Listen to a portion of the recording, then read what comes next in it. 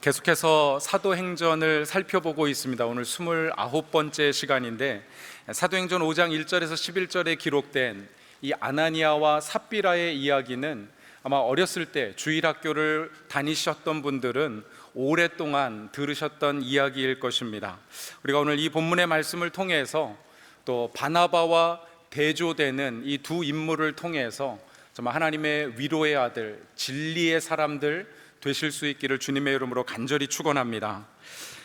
그럼 그런 이야기가 있습니다. 인터넷에 보니까 자기밖에 모르는 한 노신사가 있었습니다. 이 노신사가 기차를 타고 어디를 가려고 기차에 이렇게 올라탔는데 가장 좋은 자리에 앉아서 그 옆자리에 아무도 못 앉도록 자기 가방을 묵직한 것을 올려놓은 것입니다.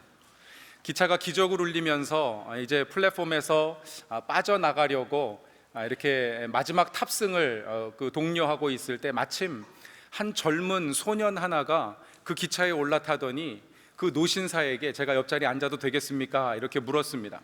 그럼 그랬더니 이 노신사가 뭐라고 얘기했냐면 이 짐이 내 친구 짐인데 곧 올 거요, 이렇게 대답하는 것입니다. 거짓말을 한 것이죠. 친구 짐도 아니고 자기 짐이었는데 앉지 말라는 이야기입니다. 그랬더니 이 소년이 전혀 꺼리낌 없이 그럼 친구분 올 때까지만 제가 앉겠습니다, 그러더니 가방을 자기 무릎 위에 올려놓고 앉아버리는 것입니다. 잠시 후에 이제 기차가 기적을 울리면서 천천히 움직이기 시작했습니다. 그랬더니 이 소년이 갑자기 기차 창문을 열더니요, 가방을 밖으로 내던져버리는 것입니다. 깜짝 놀란 노신사에게 소년이 뭐라고 얘기하냐면 친구분이 아직 도착하지 못하셨으니 가방이라도 찾게 해드려야죠, 그러면서 친절하게 가방을 밖으로 던진 것입니다. 여러분, 이 이야기를 읽으면서 제가 그런 생각을 하게 되었습니다. 거짓말은 반드시 대가를 지불하게 되어 있습니다. 여러분, 그것이 크고 작은 거짓말이라 할지라도요, 그 거짓말의 대가를 반드시 누군가 지불하게 되어 있습니다.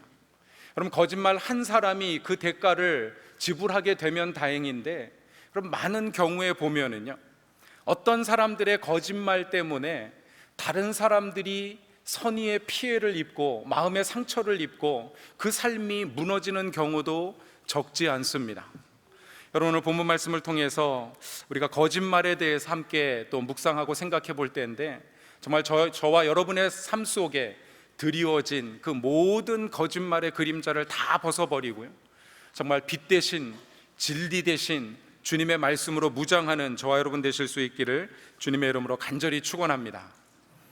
여러분, 의학 박사인 스캇 팩이라고 하는 분이 1983년도에 집필한 책이 있습니다. 그 책의 제목이 People of the Lie라고 하는 책입니다. 거짓의 사람들. 오늘 설교 제목을 그 책의 제목에서 가지고 왔습니다.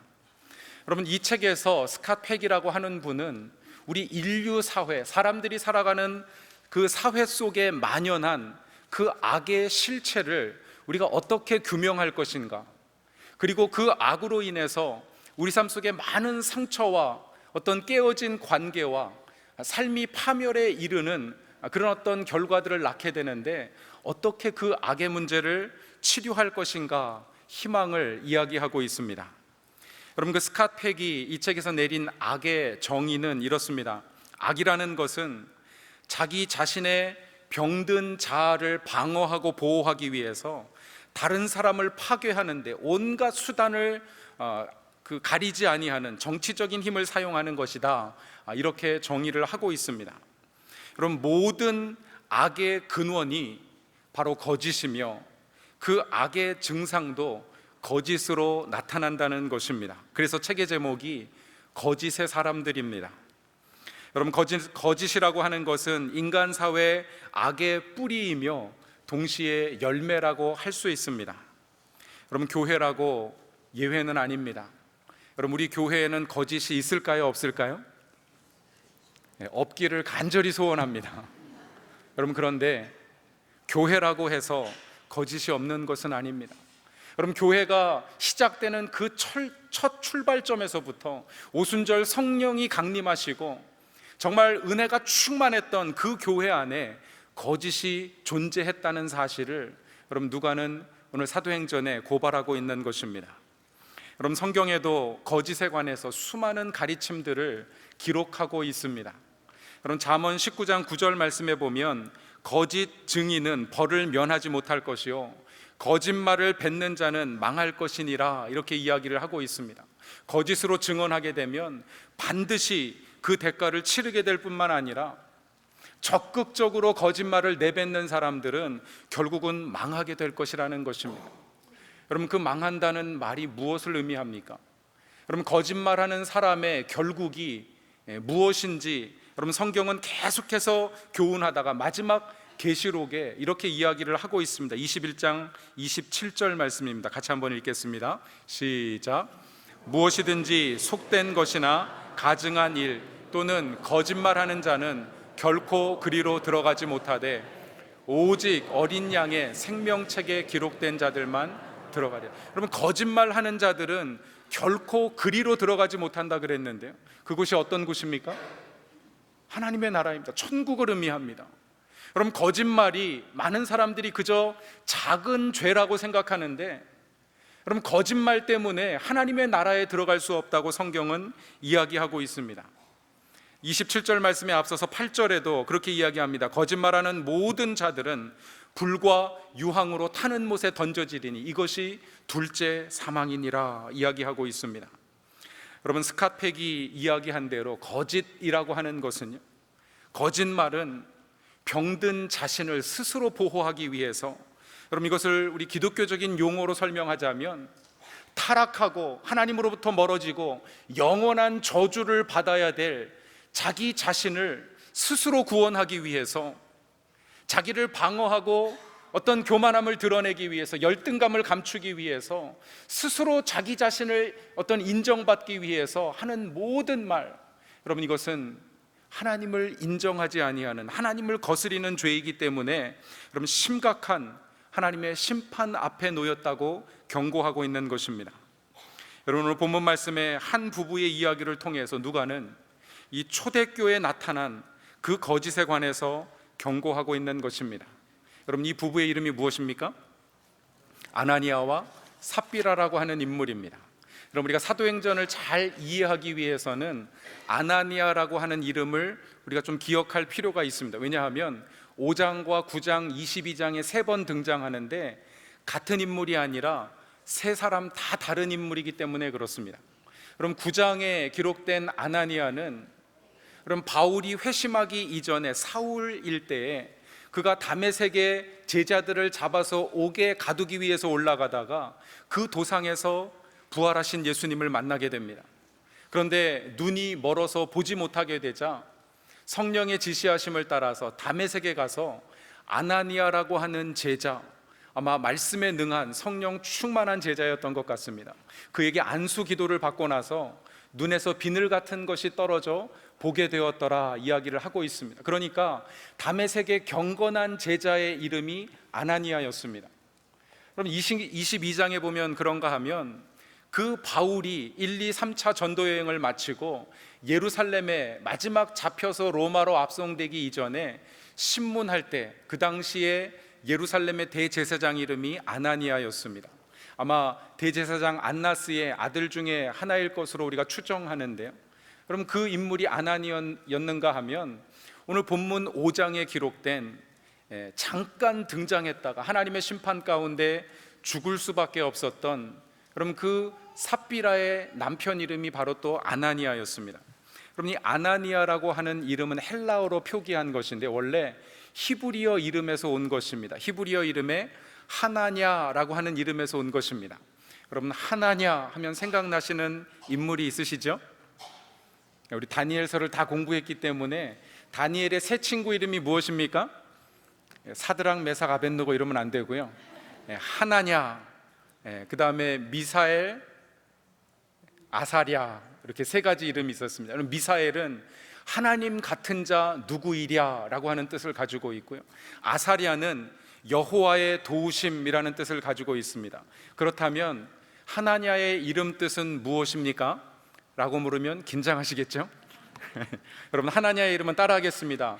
여호와께서 도우시다. 여러분, 여호와의 도움이라고 하는 이름입니다. 여러분, 얼마나 은혜로운 이름입니까? 여러분, 하나님이 이 아나니아를 어떻게 도와주셨는지 성경은 기록하고 있지 않지만 성경학자들이 볼 때 한 가지는 분명합니다. 무엇이냐면 하나님께서 그에게 은혜를 베풀어 주셨는데 바로 좋은 아내, 정말 아름다운 아내를 그에게 주신 것입니다. 우리 베델교회 모든 성도님들은 그 하나님의 은혜로 말미암아 하나님께서 좋은 아내, 좋은 남편 주신 줄로 믿습니다. 조금 약하네요. 여러분에게 최선의 배우자 주신 줄로 믿으시기를 주님의 이름으로 축원합니다. 여러분, 믿음대로 되는 거예요. 여러분, 우리가 남편을, 아내를 믿지 아니하면 여러분 안 믿는 대로 되는 것입니다. 여러분, 이 아나니아라고 하는 인물에게 주신 아내가 누구냐면 바로 삽비라라고 하는 여인입니다. 여러분, 삽비라라고 하는 이름은 신약 성경에 단 한 번 등장하는데요. 그럼 성경 그 원래 히브리 헬라어로 된 사피로스라고 하는 단어는 보석 중에서 푸른빛을 띤 반투명의 보석을 가리키는 단어가 사피로스라고 하는 단어입니다. 영어로는 사파이어죠. 그러니까 삽비라라고 하는 단어는요, 바로 그 사파이어라고 하는 그 단어의 여성형이 바로 삽비라입니다.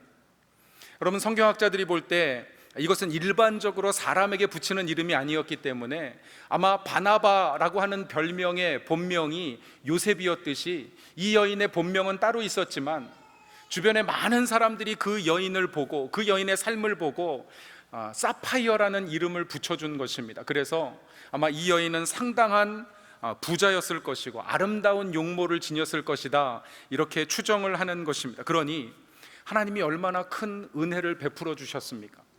여러분, 아나니아와 삽비라라고 하는 이름, 하나님의 은혜를 받은 자, 정말 아름답고 즐겁고 행복한 삶의 어떤 축복을 받은 여인, 이런 이름을 가지고 있는 이 가정이 얼마나 큰 은혜를 받은 가정이었습니까? 여러분, 초대교회 성도들, 사실은 제자들도 갈릴리 출신의 어부들이었습니다. 가난한 제자들이었습니다. 아마 초창기에 120명의 문도들 역시 내세울 것 별로 없는 그 사회 소외된 사람들이었을 것입니다. 여러분, 그런데 교회가 부흥하고 성장하면서 아나니아와 삽비라와 같은 사람들이 복음의 말씀을 듣고 초대교회 성도들이 된 것입니다. 아마 그들이 처분할 재산이 있었던 것을 보니까 어쩌면 그 사회에서 그래도 인정받을 만한, 주목받을 만한, 존경받을 만한 사람들이었을 것입니다. 여러분, 그들이 예수를 믿고 나서 사도들과 제자들이 자기 재산을 팔아서 가난한 사람 돕는 것을 보고요, 그 마음속에 선한 마음이 생겼습니다. 그래서 부부가 상의하고 재산을 팔아서 가난한 사람을 돕기로 결정합니다. 여러분, 성경학자들은 그들이 판 재산, 그 소유가 아마도 중간 크기의 토지일 것이다, 이렇게 주석을 하고 있습니다. 미드 사이즈 에스테이트다. 제가 어떤 근거로 그렇게 했는가를 가만히 보니까 그들이 5장 1절에 소유를 팔았다, 이 소유라는 단어가 크레마라고 하는 헬라어인데요, 이 단어가 34절에, 4장 34절에 한 번 사용되었던 단어입니다. 집과 밭을 소유했던 사람들이 그것을 팔아서 크레마라고 하는 단어가 사용이 되었는데, 그래서 제가 지난주에 말씀드렸지만 아그로스, 여러분, 바나바가 판 땅은 아그로스라고 하는 어떤 저택과 농사를 짓는 큰 농장을 판 것임에 비해서 아마 이 아나니아와 삽비라가 처분한 재산은 그렇게 크지 않은 중간 규모의 땅일 것이다 추정을 하는 것입니다. 여러분, 어떤 설교가는 이 소유를 두고 아마 초대교회 다른 성도들처럼 자기 재산의 모든 것을 팔았을 것이다 라고 설명하는가 하면, 여러분, 많은 신학자들은요, 그 소유가 아나니아와 삽비라의 모든 전 재산은 아닐 것이라고 생각을 합니다. 왜냐하면 그 소유라는 단어에 정관사가 붙어 있지 않기 때문에 그렇습니다. 그러니까 아마 또 다른 재산이 있었지만 그 재산의 일부를 팔았을 것이다 이야기하는 것입니다. 그럼 여기에서 우리가 알 수 있는 것은요, 누가가 오늘 사도행전을 기록하면서 초대교회 자기 재산을 팔아서 가난한 이웃을 돕겠다고 헌신한 이 바나바와 삽비라와 아나니아라고 하는 인물을 대비시키고 있다는 것입니다. 여러분, 지난주 설교 제목이 무엇이었습니까? 여러분, 바나바 이름 뜻이 무엇입니까? 위로의 아들. 여러분, 아나니아와 삽비라를 다루는 오늘 설교 제목이 무엇입니까? 거짓의 사람들. 여러분, 저희에게 두 길이 놓여 있습니다. 여러분, 초대교회 성도들은 위로의 아들로 하나님의 말씀에 철저하게 순종함으로 주변의 다른 사람들에게 위로를 증거하는 위로의 아들이 되든지, 아니면 아나니아와 삽비라처럼 겉으로는 순종하는 것 같지만 온갖 욕망과 교만한 마음에 사로잡혀서 거짓의 사람이 되든지, 여러분, 두 가지 길이 놓여 있는 것입니다.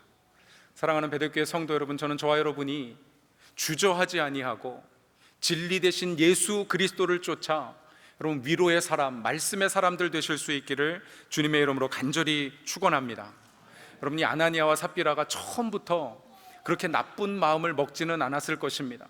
처음에는 이 판 소유를 가지고 가난한 사람을 돕고자 하는 선한 마음으로 출발했지만 땅을 팔고 돈을 받고 나니까 욕심이 생긴 것입니다. 아니, 땅이 그렇게 값이 나가는지 몰랐을 것입니다.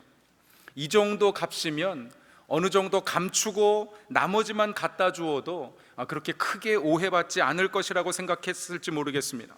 여러분, 그런데 문제는 땅의 값의 일부만 가져왔으면 그렇게 가져왔다고 이야기하면 되는데, 땅값의 전부를 가져온 것처럼 거짓말을 한 것, 그것이 하나님 앞에 무서운 죄가 되었다는 것입니다. 여러분, 이 거짓말로 인해서 초대교회 하나님의 심판이 임하게 되었습니다.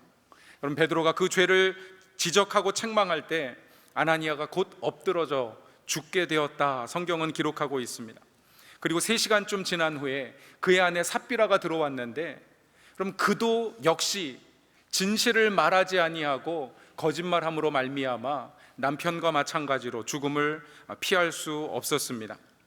여러분, 이 작은 거짓말이 도대체 왜 문제가 되는가? 그럼 사실 저는 말씀을 묵상하면서 베드로가 삽비라가 들어왔을 때 남편에게 일어난 일을 설명하고 그 죄를 지적하고 회개하도록 했으면 더 낫지 않았겠는가, 그렇게 생각을 했습니다. 그럼 왜 이런 일이 일어났는가를 쭉 주석을 찾아보니까, 여러분, 종교개혁가 중에 한 분은 그렇게 설명을 하세요. 이것은 마치 하와가 아담을 타락하게 한 것처럼 삽비라가 먼저 주도해가지고 남편으로 하여금 거짓말하게 했기 때문에 이런 결과가 일어났다, 이렇게 설명하는 것을 보았습니다. 제가 보니까 성경 어떤 자료를 통해서도요, 그런 여자가 더 악하다, 여자가 먼저 죄지었다, 이것을 신학적으로 타당하게 만들 수 있는 근거는 아무것도 없습니다. 여러분, 왜 누가가 이 사건을 기록했는가? 왜 베드로가 정말 그들의 중심에 쌓여있는, 거짓으로 똘똘 뭉쳐있는 그 악을 드러내고 하나님 앞에 심판받게 했는가? 여러분, 거짓이 하나님 앞에 그만큼 무서운 죄이기 때문에 그렇습니다. 마치 이스라엘 백성들이 40년 광야 생활을 마치고 가나안 땅에 입성할 때, 여러분, 여호수아가 하나님의 말씀대로 전리품을 하나도 취하지 말라고 이야기했는데, 여호수아 7장에 보면 아간이라고 하는 사람이 하나님의 말씀에 불순종하고 자기 탐욕을 위해서 그 전리품을 취했다가 온 이스라엘 백성 앞에서 멸망하게 된 것처럼, 지금 하나님은 성령 충만함 가운데 시작된 이 교회가 정말 순결하게 하나님의 말씀에 순전하게 순종하게 하시기 위해서 오늘 아나니아와 삽비라 사건을 통해서 경고하고 계신 것입니다. 여러분, 도대체 이 거짓말을 둘러싼 악의 실체가 무엇인지를 우리가 한번 생각해 보며, 여러분, 오늘 이 시간 저와 여러분의 삶에 정말 숨겨진 모든 거짓의 모습을 다 벗어버리고 하나님 앞에 진실된 삶을 결단하실 수 있기를 주님의 이름으로 간절히 축원합니다.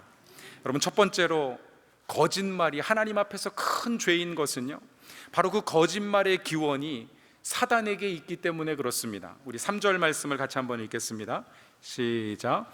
베드로가 이르되 아나니아야, 어찌하여 사탄이 내 마음에 가득하여 내가 성령을 속이고 땅값 얼마를 감추었느냐. 여러분, 이 구절을 보면은요, 내가 성령을 속이고 땅값의 얼마를 감춘 이유가 무엇이냐면 그 마음속에 사단이 가득했기 때문이라고 이야기하고 있습니다.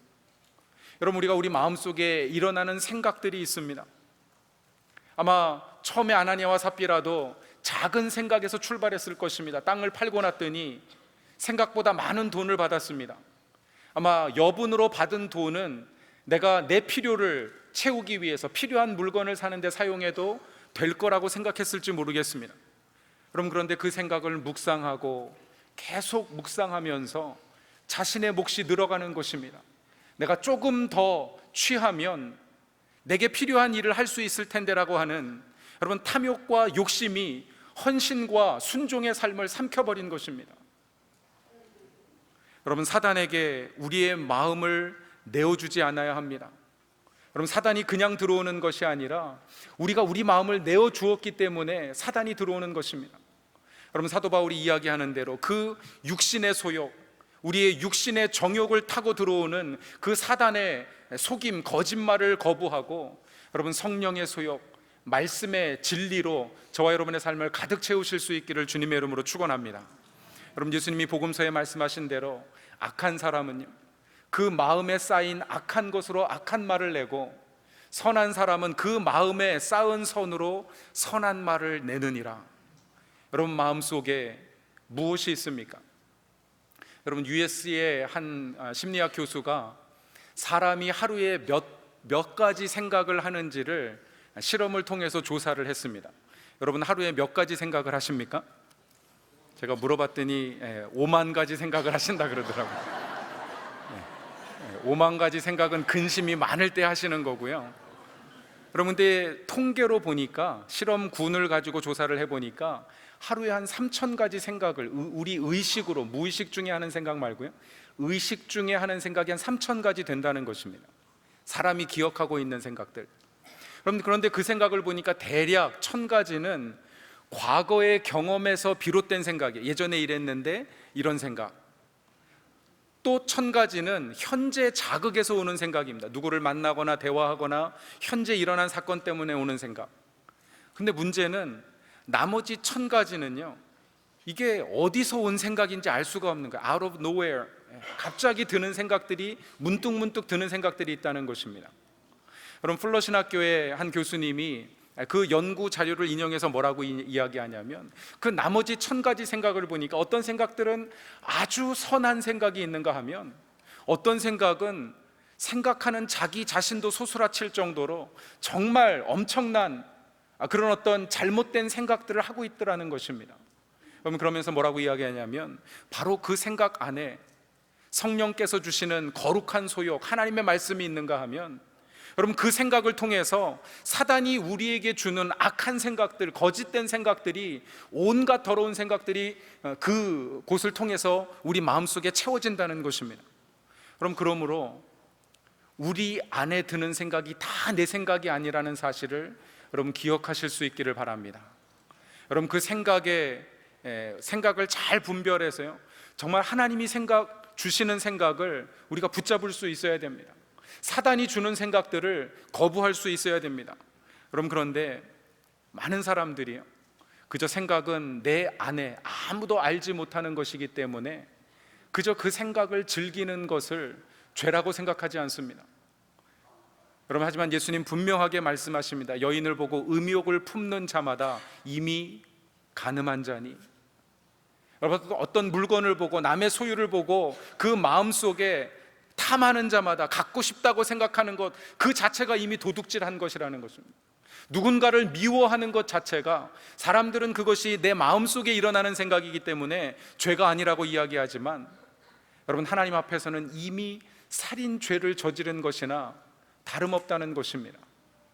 사랑하는 성도 여러분, 저는 저와 여러분이 우리 내면의 생각들을 잘 분별하여서, 여러분, 사단이 주는 생각, 거짓된 생각, 파괴적인 생각을 거절하고 여러분, 하나님이 주시는 거룩한 생각을 붙잡으실 수 있기를 주님의 이름으로 축원합니다. 여러분, 종교 개혁자 중에 한 분이 그런 이야기를 했습니다. 새가 지나가다가 배설물을 맞는 것은 우리 잘못이 아니지만, 그럼 새가 지나가다가 싸가지고 그 배설물을 맞는 것은 우리 잘못이 아니지만, 그 새가 당신의 머리에 둥지를 트고 사는 것은 당신의 죄입니다. 여러분, 그렇습니다. 우리 마음속에 거짓된 생각, 정말 이 위기, 어떤 상황을 모면하기 위해서 내가 거짓말하고 싶은 충동이 일어날 수는 있습니다. 그거 자체가 죄라고 말할 수는 없지만, 여러분, 그 유혹에 사로잡혀서 여러분, 그 생각을 묵상하면서, 잘못된 거짓된 생각들을 묵상하면서 스스로 상처받고 누군가를 미워하고 모함하고 그 말을 실제로 퍼뜨리는 것은요, 그것은 분명한 우리의 죄라고 하는 사실입니다. 사랑하는 성도 여러분, 저는 저와 여러분의 마음과 생각에 던지는 사단의 모든 거짓을 물리치고 여러분 하나님의 진리의 말씀, 거룩한 말씀으로 무장하여 승리하실 수 있기를 주님의 이름으로 축원합니다. 여러분, 모든 거짓은 사단이 주는 것입니다. 그럼 그런가 하면 두 번째로, 모든 거짓말은 하나님께 하는 것입니다. 여러분, 아나니아와 삽비라는 그저 자기 자신을 속인다고 생각했을지 모르겠습니다. 아니, 어쩌면 사도들과 다른 성도들에게 거짓말하는 것이라고 생각했는지 모르겠습니다. 그런데 오늘 베드로는 그 거짓말을 하나님께 하는 것이라고 이야기하고 있습니다. 우리 4절 말씀을 같이 읽겠습니다. 시작. 땅이 그대로 있을 때에는 내 땅이 아니며 판 후에도 내 마음대로 할 수가 없더냐. 어찌하여 이 일을 내 마음에 두었느냐. 사람에게 거짓말한 것이 아니요 하나님에게로다. 여러분, 기억하십시오. 우리가 하는 모든 거짓말은요, 그것이 크고 작든지 간에 하나님께 한 것이라고 하는 사실을, 여러분, 왜냐하면 그 거짓말의 기원이 사단에게 있기 때문에 그렇습니다. 여러분, 사단의 유일한 목적은 하나님을 대적하고 하나님의 그 어떤 회복의 역사를 깨뜨려서 교회를 분열하게 만들고 관계를 깨어지게 만들고 하나님의 구원의 역사를 파괴하는 것, 그럼 그것이 사단의 유일한 목적입니다. 그러니까 모든 거짓말은요, 그 시작은 작아 보이지만 결국 그 거짓말이 낳을 결과는 하나님을 대적하는 것, 하나님을 향한 거짓말이라고 하는 사실입니다. 요한복음 8장 44절에 예수님이 이렇게 말씀하십니다. 너희는 너희 아비 마귀에게서 났으니 너희 아비의 욕심대로 너희도 행하고자 하느니라. 여러분, 거짓말하는 이유가 바로 여기에 있습니다. 너희 아비 욕심 때문에, 우리 안에 어떤 탐욕과 욕망 때문에 거짓말을 하게 된다는 것입니다. 여러분, 그는 처음부터 살인한 자여 진리가 그 속에 없으므로 진리에 서지 못하고 거짓말할 때마다 제 것으로 말하나니 이는 그가 거짓말쟁이요 거짓의 아비가 되었음이니라. 여러분, 우리가 거짓말을 하는 그 순간 그 거짓의 아비가 된 사단에게 사로잡혀서 쓰임받는다고 하는 사실을 기억하시기 바랍니다. 여러분, 모든 거짓말은 하나님을 떠난 것이며 하나님을 대적하는 도구가 되는 것입니다. 그럼 사람들이 거짓말하는 이유가 있습니다. 어떤 위기를 모면하기 위해서, 내가 다른 사람들에게 조금 더 인정받기 위해서, 나를 치장하고 포장하기 위해서 거짓말합니다. 여러분, 하지만 이미 하나님께서 우리를 용서하시고 용납하시고 우리 모습 있는 그대로 하나님의 자녀로 받아주셨음을 우리가 경험하고 깨닫고 나면은요, 그럼 그 거짓으로부터 자유로워질 수 있습니다. 사랑하는 성도 여러분, 저는 저와 여러분이 그리스도 안에서 주시는 그 참된 자유를 다 경험하실 수 있기를 주님의 이름으로 축원합니다. 그래서 다른 사람들에게 잘 보이기 위해서 우리 자신을 치장하려고 거짓을 말하는 것이 아니라, 나의 허물과 죄를 감추기 위해서 그저 거짓말하고 속이는 것이 아니라, 여러분, 하나님께서 우리를 용납하셨음을 확신하고 여러분 그리스도 안에 자유하실 수 있기를 주님의 이름으로 축원합니다. 여러분, 교회는 그런 공동체가 되어야 합니다. 그럼 교회까지 나와가지고 나를 치장하게 만들고 누군가에게 잘 보여야 되는 어떤 그런 공동체가 된다면요, 그럼 그것은 정말 하나님께서 디자인하신 교회라고 말할 수 없습니다. 그럼 주님께서 예수 그리스도의 피값으로 사신 교회는 세상에서 주목받지 못하고 인정받지 못하는 사람들이 와서 마음껏 그 연약함을 드러내고도 위로받을 수 있는 공동체. 여러분, 세상의 죄와 허물로 인해서 정죄받았지만 여러분 그리스도 예수의 보혈로 말미암아 용서받았음을 서로가 인정하고 용납해 줄 수 있는 공동체, 그럼 그것이 교회인 줄로 믿습니다. 사랑하는 성도 여러분, 그러므로 그럼 교회 안에서 다른 성도들을 쉽게 정죄하거나 배척하지 말고요, 정말 사랑으로 용납하실 수 있기를 주님의 이름으로 축원합니다. 여러분, 그것이 바로 스캇 팩이 거짓의 사람들이라고 하는 책에서 제시하는 치유의 도구입니다. 여러분, 거짓을 치유할 수 있는 것은요, 진리가 아니라, 여러분, 거짓을 드러내고 그것이 거짓이라고 책망하는 것이 치유가 아니라, 여러분, 거짓의 유일한 치유의 도구는 사랑이라고 이야기합니다. 예수 그리스도의 십자가를 통해서 우리에게 확증하신 하나님의 사랑 안에 잠길 때 여러분, 모든 거짓은 진리의 빛 가운데 사라지게 될 줄로 믿습니다. 여러분, 그 사랑이 저와 여러분의 삶을 가득 채울 수 있기를 주님의 이름으로 축원합니다. 제가 가정도 보니까 그렇습니다. 여러분, 부모가 사랑이 없고 은혜가 없으면 아이들의 잘못을 지적하고 벌만 주려고 하면은요, 아이들이 더 큰 거짓말로 그 위기를 모면하기 위해서 거짓의 자녀들이 되어버립니다. 여러분, 그런데 잘못을 지적하지만 은혜를 베풀고 사랑이 어떤 기반이 된 훈육을 하게 되면 그 자녀들이 잘못을 돌이켜 진리 가운데 나올 수 있습니다. 그럼 저와 여러분의 가정이 그런 가정 되실 수 있기를 주님의 이름으로 간절히 축원합니다. 마지막 세 번째로, 거짓말의 도구가 무엇입니까? 바로 인간의 탐욕입니다. 여러분, 사단이 가지고 있던 그 탐욕을 그대로 인간에게 전가시켜서 자꾸 거짓말을 묵상하고 거짓말하게 만드는 것입니다. 3, 4절에 보니까 어찌하여 땅값 얼마를 감추었느냐, 땅이 그대로 있을 때에는 내 땅이 아니며 판 후에도 내 마음대로 할 수가 없더냐. 그럼 사람들이 거짓말하는 이유는 바로 욕망과 탐욕 때문입니다. 사실 이 아나니아와 삽비라에게 있어서 돈이 그렇게 큰 어떤 탐욕의 대상은 아니었던 것 같습니다. 그랬으면 아마 처음부터 그 땅을 팔 생각을 하지 못했을 것입니다. 여러분, 그런데 그 마음을 사로잡았던, 내가 사람들에게 인정받고 바나바와 같이 정말 말씀의 아들, 위로의 아들, 그런 이름을 얻고자 하는 그런 어떤 선한 시기심이 결국 욕심이 되고 사람들에게 인정받으려고 하는 욕망으로 변질되어 버린 것입니다. 여러분, 조지 맥도날드라고 하는 분이 어떤 한 소설을 쓰면서 이런 구절을 적은 적이 있습니다. 뭐라고 적었냐면, 이 세상 비극의 절반은, 그럼 세상에서 우리가 경험하는 대부분의 비극의 한 절반 정도는 그 원인이 무엇이냐면, 내가 어떤 사람이 되고자 애쓰기보다 내가 어떤 사람이 된 것처럼 보이려고 애쓰기 때문이다.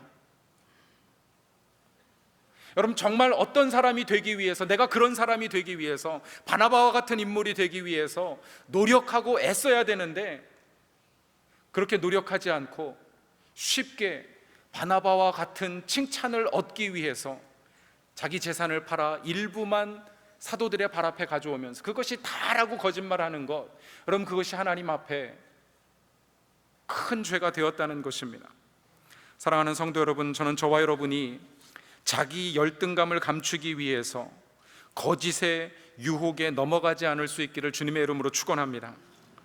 여러분, 때로는 사람들이 적극적으로 다른 사람들을 무너뜨리기 위해서 악한 거짓말을 하기도 합니다. 그저 작은 호기심을 충족시키기 위해서 여러분, 때로는 자기가 들은 이야기, 사실관계도 확인하지 아니하고 거기다가 또 조금 보태가지고, 여러분, 그것이 작은 거짓말 같지만은요, 한두 사람을 거치면서 엄청난 거짓말이 되어서 한 사람의 삶을, 그 마음을, 그 신앙을 철저하게 파괴시킬 수 있는 무서운 사단의 도구로 쓰임받게 된다는 것입니다. 사랑하는 성도 여러분, 결코 사단의 거짓말의 도구로 쓰임받지 마실 수 있기를 주님의 이름으로 축원합니다. 여러분, 정말 확인된 사실이 아니면은 남의 얘기 하지 말아야 됩니다. 여러분, 사실이 확인된 것이라 할지라도요, 정말 사랑이 넘치는 공동체는 그 허물을 감추어주고 내가 그 죄의 값을 대신 지불해주는, 여러분, 그것이 복음 아닙니까? 여러분, 복음으로 그리스도의 제자로 살아간다는 것은 누구의 허물을, 그 사람의 죄의 값을 내가 담당해주는 것인데, 여러분, 그것을 지적하고 회자하고 말하는 것이, 그것이 과연 제자의 삶이 될 수 있겠습니까? 여러분, 벌써 한 2년 전이지만 제가 주일 지나고 한 화요일인가 수요일 정도 됐을 것 같아요. 제가 제 사무 목양실에 들어갔는데 쪽지가 하나 이렇게 문 앞에 있었습니다. 쪽지를 펴보니까, 목사님, 요즘 누구누구 때문에 마음고생이 많으시다면서요, 제가 목사님 위해서 기도하고 있습니다. 이런 쪽지가 와 있는 거예요. 제가 그분을 잘 알지도 못하고 그분에게 상처받을 일이 아무것도 없습니다. 근데 왜 그런가 봤더니, 제가 그 전주 금요일 날 금요 찬양 예배 때 정말 찬양이 은혜가 돼가지고 조금 아마 찬양하면서 눈물을 흘렸던 것 같아요. 근데 그 소문이 잘못 돌아가지고 목사님이 금요 예배 때 통곡을 하며 기도하시더라. 왜 그랬는가? 아마 그 사람 때문이 아니겠는가? 뭐 이러면서 누가 쪽지를 저한테 주신 거예요. 그럼 제가 그 쪽지를 받고요, 얼마나 두려웠는지 모릅니다. 혹시 이분이 이런 이야기를 듣게 되면 상처받지 않을까? 여러분, 교회에도 거짓이 있습니다. 내가 의도하지 않았지만 저는 제가 충분히 이해해요. 그저 목사를 사랑하고 목사를 위해서 기도하는 마음으로 적어주신 것인데, 염려하신 것인데, 여러분 그 사랑 안에도 거짓이 들어올 수 있다는 거예요. 여러분, 사단이 얼마나 교묘하게 우리 삶 속에 역사하는지 모릅니다. 여러분, 예수님께서 마태복음 5장 37절에 너희 말은 옳다 옳다 아니라 아니라 하라, 이에서 지나는 것은 다 악에서부터 나느니라. 여러분, 옳은 것을 옳다 하고 아닌 것은 아니라 그래야지, 그저 작은 호기심, 어떤 염려, 거기 자기 마음과 감정을 실어가지고 말을 보태는 순간이요, 거기 사단이 역사하는 것입니다. 우리는 무심코 던진 말이지만 그 말 때문에 상처받고 무너지는 성도들이 생길 수 있기 때문에 그렇습니다. 사랑하는 베들교회 성도 여러분, 우리 베들교회는 결코 사단의 거짓에 무너지지 않을 수 있기를 주님의 이름으로 축원합니다. 여러분, 그러기 위해서는 진리의 빛 가운데 나올 수 있어야 합니다. 여러분, 말씀으로 무장하고 예수 그리스도의 십자가 보혈로 정말 그 십자가를 통해서 보여주신 사랑으로 무장할 때, 여러분, 하나님께서 저와 여러분이 소문의 끝, 상한 심령을 위로하고 내가 그 연약함, 그 죄의 대가를 짊어지는 정말 복음으로 무장한 공동체가 되게 하실 줄로 믿습니다. 사랑하는 성도 여러분, 아나니아와 삽비라 얼마나 아름다운 이름을 가진 부부였습니까? 여호와의 은혜, 아름다운 자, 즐거움을 주는 자, 보석과 같이 빛나는 자. 여러분, 하지만 그들의 삶은 사단이 던진 그 거짓의 미끼로 말미암아 여러분, 거짓말하는 자, 하나님께 심판받고 멸망받은 자가 되었습니다. 여러분, 그리스도의 제자라는 이름, 그리스도인이라는 이 아름다운 이름을 받은 저와 여러분, 예수님께서 가신 그 십자가의 길을 쫓아 복음의 사역을 감당함으로 말미암아 여러분, 우리 가정과 일터와 삶의 현장이 거짓의 현장이 아니라 진리의 빛이 비추는, 그래서 생명을 살리고 사람을 세우는 거룩한 주의 일에 쓰임받을 수 있기를 주님의 이름으로 간절히 축원합니다. 여러분, 더 이상 우리 스스로를 변호하고 증명하고 우리 스스로를 채우려고 노력할 필요가 없습니다. 여러분, 우리가 예수 그리스도의 십자가 은혜의 빛 아래 나아가는 순간 주님께서 우리의 모든 연약함, 죄와 허물을 용납하시고 품어 안아주시고 저와 여러분의 삶에 필요한 은혜를 흡족하게 부어주실 줄로 믿습니다. 여러분, 그리스도 안에서 부어주시는 그 은혜가 풍성하게 넘치는 한 주간 되실 수 있기를 주님의 이름으로 축원합니다. 그리고 한 주간을 살아가시면서 여러분, 생각과 말 속에 드러나는 모든 거짓을 영적으로 분별하고 여러분, 진리로 대적하여 하나님 앞에 온전하게 세워지는 저와 여러분 되시기를 주님의 이름으로 축원합니다. 한번 기도하겠습니다.